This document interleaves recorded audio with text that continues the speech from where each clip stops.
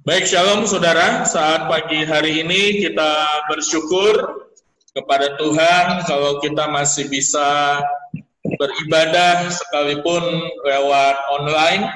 Namun pada pagi hari ini yang paling penting adalah kehadiran Tuhan di dalam ibadah kita.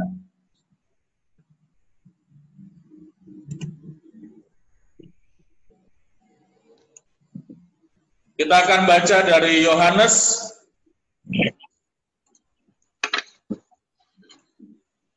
maaf, ini ada kesalahan. Yohanes 1 ya?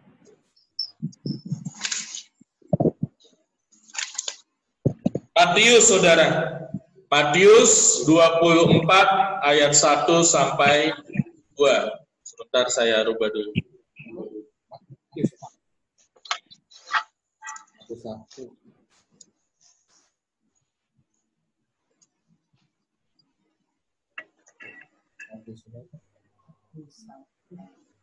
Matius 24 ayat 1. Ya, kita akan membaca firman Tuhan dari Matius pasal 24 ayat 1 dan 2. Nanti saya minta Luna untuk membacakannya. Matius pasal 24 ayat 1 sampai 2, demikian firman Tuhan. Sesudah itu Yesus keluar dari bait Allah lalu pergi. Maka datanglah murid-muridnya dan menunjuk kepada bangunan-bangunan bait Allah. Ia berkata kepada mereka, "Kamu melihat semuanya itu? Aku berkata kepadamu, sesungguhnya tidak satu batu pun di sini akan dibiarkan terletak di atas batu yang lain. Semuanya akan diruntuhkan." Nah, Bapak Ibu Saudara, saya akan menampilkan mengenai bait Allah. Jadi pada waktu itu, bait Allah itu adalah pusat peribadatan orang Yahudi. Jadi segala sesuatu dilakukan itu di bait Allah, seperti membawa persembahan, membawa korban, kemudian peribadatan yang lain. Nah, ini adalah sebelum bait Allah dibangun, yang pertama kali kita diperkenalkan yaitu kemah suci atau tabernakel pada zaman Musa. Saudara lihat bahwa pada waktu itu bangsa Israel keluar dari Mesir, kemudian di dalam perjalanannya menuju tanah perjanjian, mereka melewati padang gurun berpuluh-puluh tahun di sana. Dan di sana ketika Musa naik ke Gunung Sinai, Musa mendapatkan perintah langsung dari Allah, itulah yang disebut 10 hukum Taurat. Dan kemudian Musa juga mendapatkan perintah dari Allah untuk membangun kemah suci atau tabernakel. Nah, kemah suci atau tabernakel ini digunakan sebagai pusat peribadatan orang Yahudi atau umat Israel selama mereka ada di padang gurun, saudara. Jadi, tabernakelnya itu ada di pusat, ada di tengah-tengah, dan kalau saudara lihat itu kemah-kemah kecil, itu adalah kemah-kemah keluarga dari umat Tuhan, dari orang Yahudi. Dan kemudian setelah memasuki tanah perjanjian dan kemudian Israel menjadi sebuah bangsa dengan seorang raja, maka bait Allah yang pertama itu dibangun oleh Raja Salomo. Nah, ini adalah replika bait Allah yang dibangun oleh Raja Salomo pada abad 10, sekitar abad 10 sebelum Masehi. Inilah yang disebut kemegahan dari bait Allah.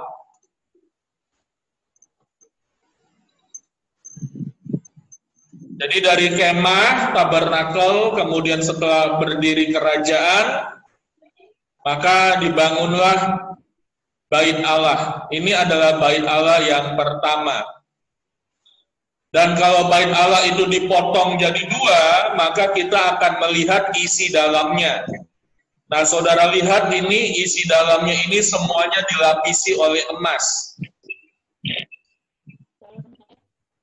Jadi begitu megah, saudara.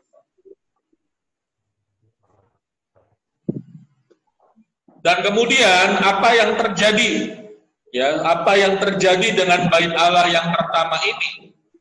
Bait Allah yang pertama yang dibangun oleh Salomo itu dihancurkan oleh Nebukadnezar pada tahun 586 sebelum Masehi.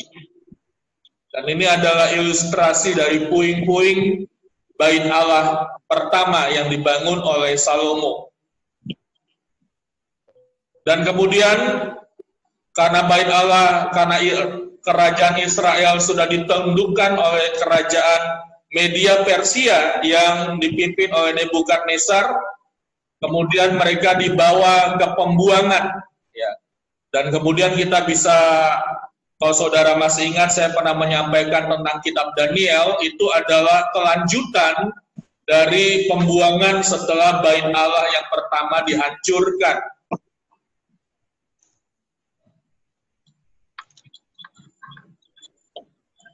Dan kemudian bait Allah yang kedua dibangun oleh Zerubabel 50 tahun setelah kehancuran bait Allah yang pertama. Jadi sekitar 50 tahunan setelah kehancuran bait Allah yang pertama, itu Zerubabel membangun bait Allah yang kedua. Sekitar tahun 516 sebelum Masehi. Nah, ini adalah gambaran atau ilustrasi dari bait Allah yang dibangun oleh Zerubabel. Dan saudara, bait Allah yang dibangun oleh Zerubabel ini itu juga adalah bait Allah yang sama pada zamannya Yesus. Jadi, saudara bisa bayangkan berapa ratus tahun bait Allah ini berdiri sampai kepada zaman Yesus, bahkan setelah Yesus mati dan naik ke surga, bait Allah ini masih ada. Ya, pada awal perjanjian baru, kalau saudara buka Alkitab di awal perjanjian baru, itu juga menceritakan tentang bagaimana Raja Herodes Agung itu memperbaiki dan memperluas bait Allah. Jadi di zaman Yesus, saudara, inilah gambaran dari bait Allah di zaman Yesus. Saudara perhatikan bentuknya bait Allah itu tidak mengalami perubahan. Baik bait Allah pertama maupun bait Allah kedua.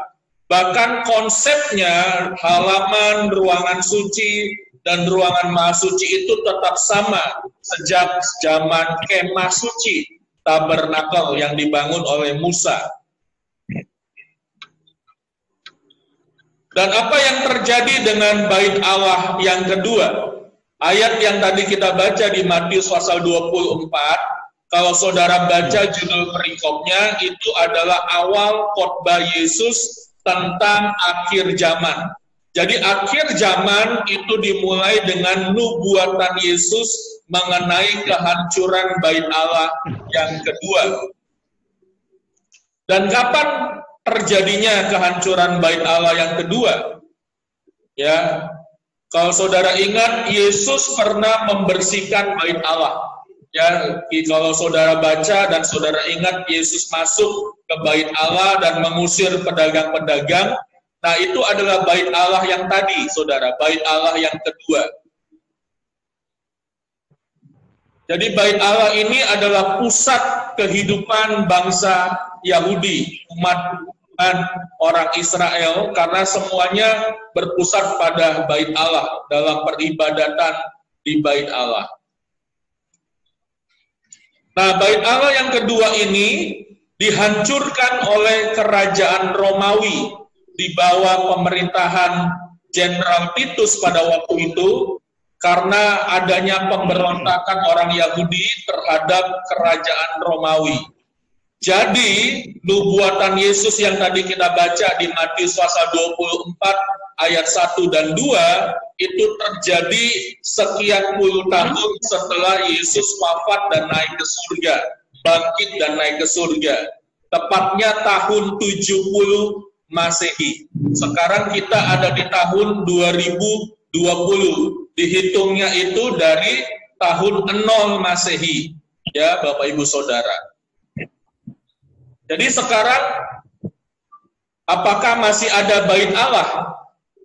Sudah tidak ada dan harus dibangun oleh orang Yahudi. Jadi orang Yahudi itu harus membangun bait Allah yang ketiga, saudara. Dan sampai sekarang masih belum kita dengarkan atau belum diketahui tentang pembangunan bait Allah yang ketiga.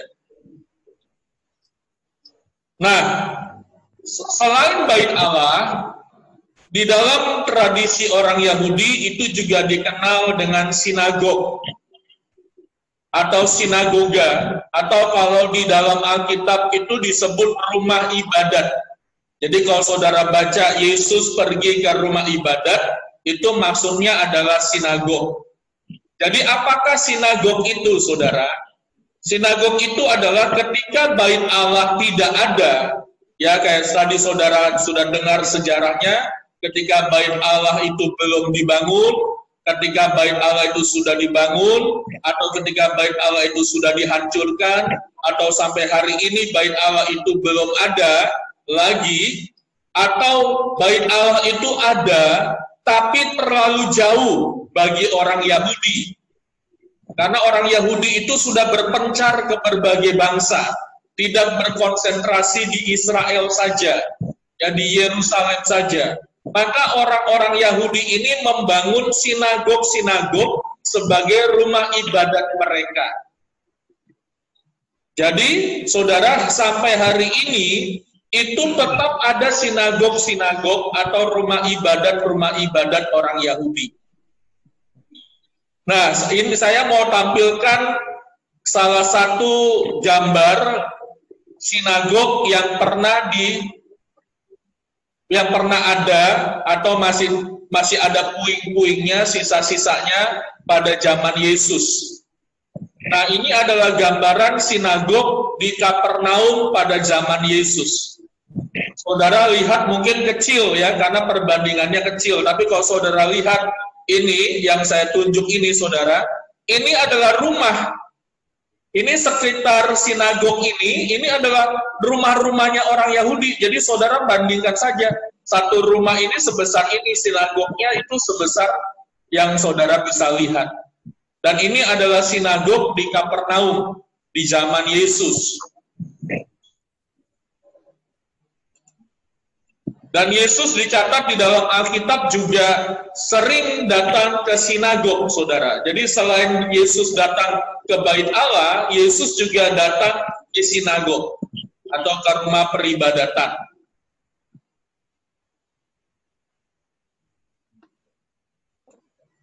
Nah, ini adalah sinagog di Nazaret, di kotanya Yesus, saudara. Ini adalah sinagog di Nazaret di kotanya Yesus. Saudara lihat yang seperti tangga-tangga ini tempat duduk. Ya, itu adalah tempat duduk.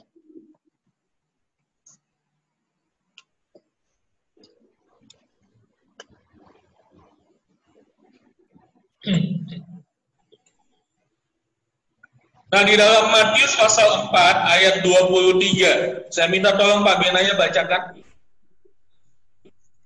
Matius 4 ayat 23.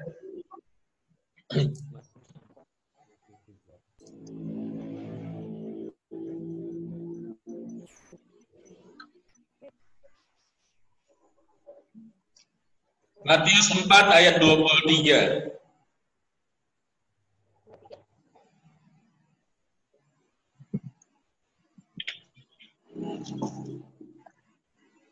Yesus berkeliling di seluruh Galilea. Ia mengajar dalam rumah-rumah ibadat dan memberitakan Injil Kerajaan Allah. Menyiapkan kelemahan di antara bangsa itu. Iya, jadi di situ diceritakan bahwa Yesus pun berkeliling di seluruh Galilea. Ia mengajar dalam rumah-rumah ibadat. Nah, rumah-rumah ibadat ini adalah sinagog-sinagog dan memberitakan Injil Kerajaan Allah di sana.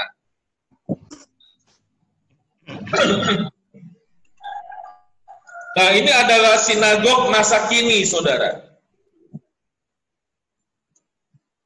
yang ada di Amerika. Ya, jadi perubahan sinagog juga terjadi, saudara, bentuknya semakin hari semakin modern. Jadi sinagog itu biasanya ada di mana ada komunitas orang Yahudi di berbagai bangsa, di berbagai negara. Bahkan di Singapura itu setahu saya masih ada sinagog orang Yahudi. Ya, di Indonesia itu juga pernah ada sinagog orang Yahudi. Saya kurang pasti apakah bangunan sinagognya masih ada. Nah, Yesus itu ditulis Alkitab sebelum dan sesudah memulai pelayanannya. Yesus itu beribadah di Bait Allah dan di sinagog. Yesus mengaku, itu artinya bahwa Yesus itu mengakui keberadaan dan fungsi Bait Allah dan sinagog. Itulah sebabnya kenapa Yesus juga beribadah di sinagog. Ya, ketika dia masih kecil, dia dibawa, saudara, ketika umur 10, umur 12 tahun, Yesus ada di dalam rumah Allah, di Bait Allah, ya saudara. Nah, ketika orang Yahudi mulai menolak Yesus, ia sudah tidak lagi pergi ke Bait Allah, dan kemudian Yesus mengajarkan sesuatu yang baru bagi setiap orang percaya kepadanya. Itu dicatat di dalam Yohanes pasal 4 ayat 21 sampai 24. Nanti saya minta Pak Yohanes membacakan Yohanes pasal 4 ayat 21 sampai 24.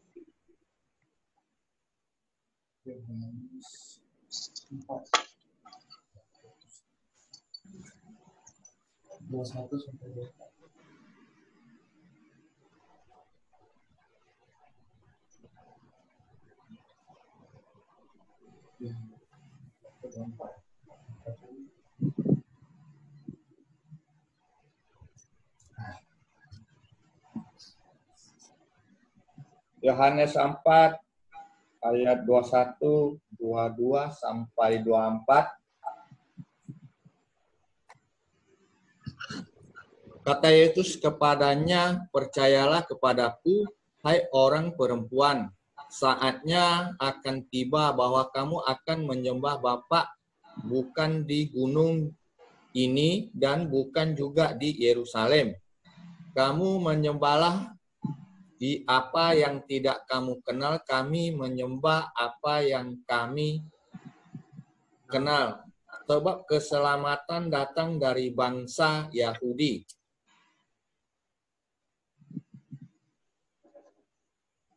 Tetapi saatnya akan datang dan sudah tiba sekarang, bahwa penyembah-penyembah benar akan menyembah Bapa dalam roh dan kebenaran.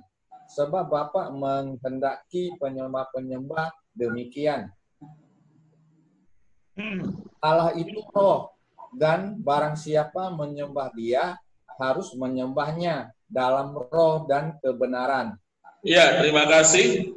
Jadi saudara, Yesus itu secara jelas itu mengajarkan bahwa orang tidak lagi menyembah Tuhan hanya di satu tempat yang diistimewakan, seperti Bait Allah atau seperti sinagog. Tapi orang percaya itu menyembah Allah di dalam roh dan kebenaran. Ini sesuatu yang baru bagi orang Yahudi pada masa itu. Dan kita juga harus menerima apa yang Yesus ajarkan tentang hal ini. Bahwa orang percaya, murid-murid Kristus, pengikut-pengikut Kristus, itu menyembah Allah di dalam roh dan kebenaran. Berarti menyembah Allah itu tidak dibatasi di tempat tertentu. Tapi menyembah Allah itu dapat dilakukan di mana saja. Di rumah, di tempat saudara bekerja, ya di dalam perjalanan, di pesawat, di bus, di mana saja ketika saudara mengkonsentrasikan hati saudara untuk menyembah Allah, untuk berdoa, untuk beribadah kepada Tuhan secara pribadi, maka di situ saudara sedang melakukan penyembahan kepada Allah. Setelah bait Allah yang kedua dihancurkan, saat orang percaya atau pengikut Yesus masih bisa bergabung dengan orang Yahudi, beribadah di sinagog. Tapi setelah tidak boleh, gereja mula-mula beribadah di rumah-rumah. Jadi ada waktunya di mana orang percaya atau gereja itu masih bisa ibadah di bait Allah atau sinagog. Pada waktu itu gereja para rasul, ya. Namun ketika mereka sudah dilarang untuk tidak boleh beribadah di bait Allah atau di sinagog, maka gereja mula-mula itu mulai beribadah di rumah-rumah. Jadi apa yang diajarkan Yesus adalah ketika orang berkumpul di dalam nama Yesus di mana saja, termasuk di rumah, maka Yesus hadir, dan ini ibadah adalah kehadiran Yesus. Amin.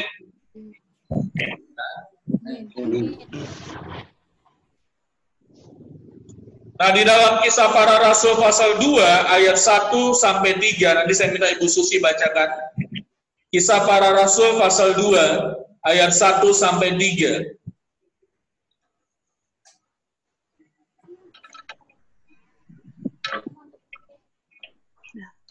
Kisah Para Rasul 2 ayat 1. Ketika tiba hari Pentakosta, semua orang percaya berkumpul di satu tempat. Tiba-tiba turunlah dari langit suatu bunyi seperti tiupan angin keras yang memenuhi seluruh rumah di mana mereka duduk. Dan tampaklah kepada mereka lidah-lidah seperti nyala api yang bertebaran dan hinggap pada mereka masing-masing. Jadi saudara perlu mengetahui bahwa Pentakosta atau pencurahan Roh Kudus itu terjadi saat mereka beribadah di rumah, bukan di bait Allah, bukan di sinagog. Saat mereka ibadah di rumah, saudara, ya. Jadi pencurahan Roh Kudus itu terjadi dalam ibadah di rumah. Ini bukti bahwa Allah itu berkenan pada ibadah yang dilakukan di rumah. Jadi saudara percaya ketika saudara lakukan ibadah di rumah, berkat Tuhan juga dinyatakan, mujizat Tuhan dinyatakan, doa-doa saudara juga dinyatakan, didengar Allah, ya, dan segala sesuatunya itu sama sekali tidak berbeda nilainya dengan kita beribadah di gedung gereja.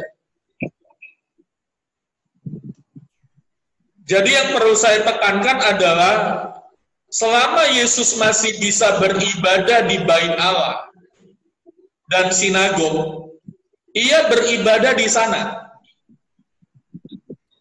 Jadi selama Yesus masih diizinkan, masih bisa beribadah di bait Allah dan sinagog, Yesus itu ibadahnya di sana.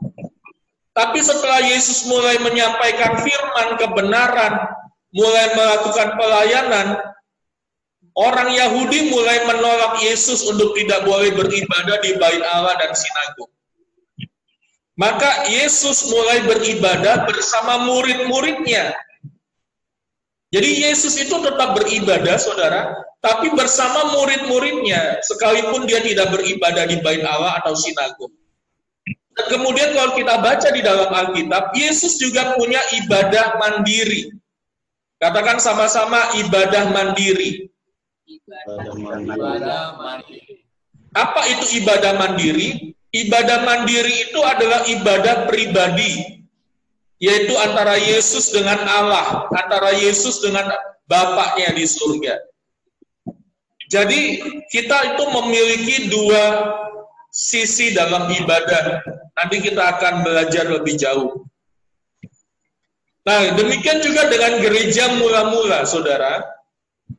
Gereja mula-mula itu selama masih memungkinkan ibadah di sinagog dan bait Allah, mereka juga melakukan seperti Yesus. Mereka ibadah di sana. Tapi setelah orang Yahudi melarang murid-murid Yesus ini, pengikut Yesus ini beribadah di bait Allah dan sinagog, maka gereja mula-mula, yaitu gereja yang dipimpin para rasul, itu mulai melakukan ibadah di rumah-rumah. Jadi mereka mengikuti jejak Yesus, saudara. Karena mereka kan murid-murid Yesus yang langsung menerima pelajaran dan bimbingan dari Yesus, dan ini diwariskan terus sampai kepada gereja masa kini, ya, karena itu ditulis di dalam firman Tuhan. Jadi saudara, hal yang bisa kita pelajari dan kita ambil adalah selama kita masih memungkinkan ibadah di gereja, kita beribadah di gereja. Tapi ketika tidak memungkinkan, maka kita beribadah di rumah. Matius 18 ayat 20 berkata, sebab di mana 2 atau 3 orang berkumpul dalam namaku, di situ aku ada di tengah-tengah mereka. Jadi inti ibadah itu bukan pada jumlah dan lokasi, bukan kepada tempatnya, bukan pada lokasinya, atau jumlah orang yang beribadah di dalamnya. Harus 50, harus 12 orang, tidak demikian. Tapi ibadah itu intinya adalah ketika Tuhan hadir di dalam 2 atau 3 orang yang berkumpul di dalam nama Tuhan. Jadi inti ibadah itu adalah kehadiran Tuhan di dalam ibadah bersama-sama. Jumlahnya boleh 2, boleh 3, ya saudara, boleh lebih.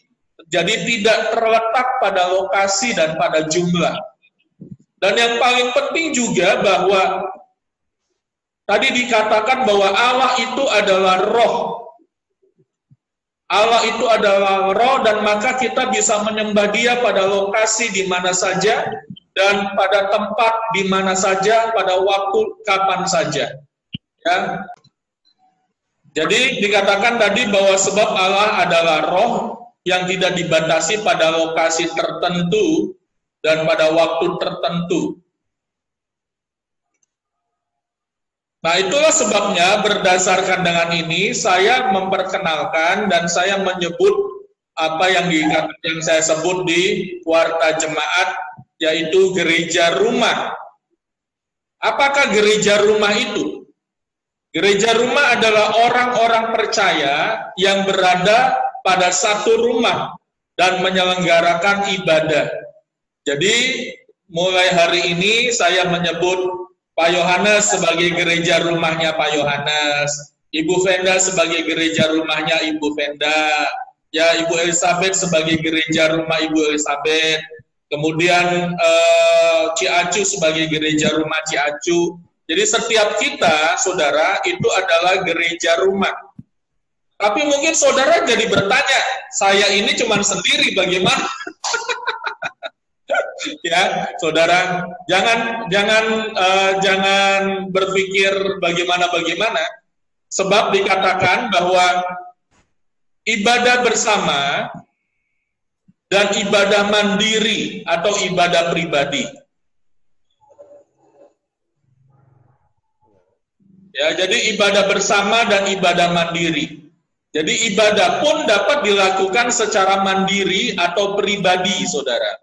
Karena Yesus juga mengajarkan ada ibadah bersama dan ada ibadah pribadi. Kalau saudara ingat, Yesus itu ada ibadah bersama murid-muridnya, ada ibadah bersama dengan orang banyak, tapi dia juga selalu memberikan waktu pagi-pagi sekali dia mencari wajah Bapaknya, dia beribadah secara pribadi, ibadah secara mandiri. Jadi saudara, sekalipun saudara sendirian, saudara tetap bisa beribadah kepada Tuhan. Ya, itulah sebabnya kenapa saya sebut saudara gereja, karena saudara melakukan ibadah mandiri dan ibadah bersama. Gereja itu adalah orang percayanya, saudara. Jadi gereja itu yang disebut gereja, itu adalah orangnya. Si Agustianusnya, si Endangnya, si Daudnya, si Petranya, itu adalah gerejanya, saudara. Ya, yang telah diselamatkan oleh Tuhan Yesus. Jadi gereja itu bukan gedungnya atau susunan acaranya atau ritual agamanya.